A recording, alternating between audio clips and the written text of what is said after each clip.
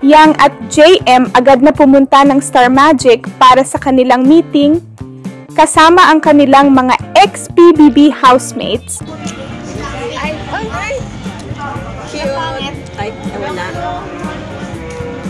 Walang kapag-uran sa pagpapakilig sina Fiang at JM.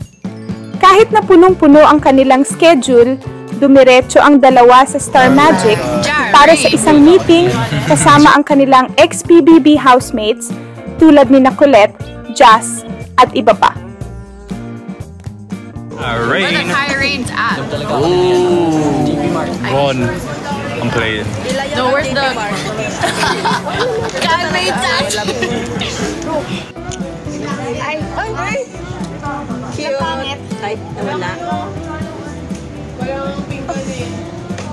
Kontrabida ka talaga sa lahat ng Ang meeting ay nagmistulang mini reunion dahil sa kanilang kulitan at tawanan, na ikinatuwa rin ng fans na nakaabang sa bawat update nila.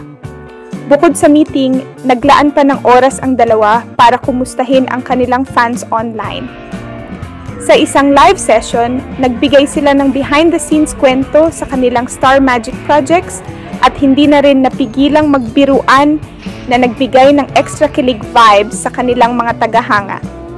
Kitang-kita ang chemistry nina JM at Fiang, lalo na nang magtanungan pa sila tungkol sa kanilang future plans sa showbiz.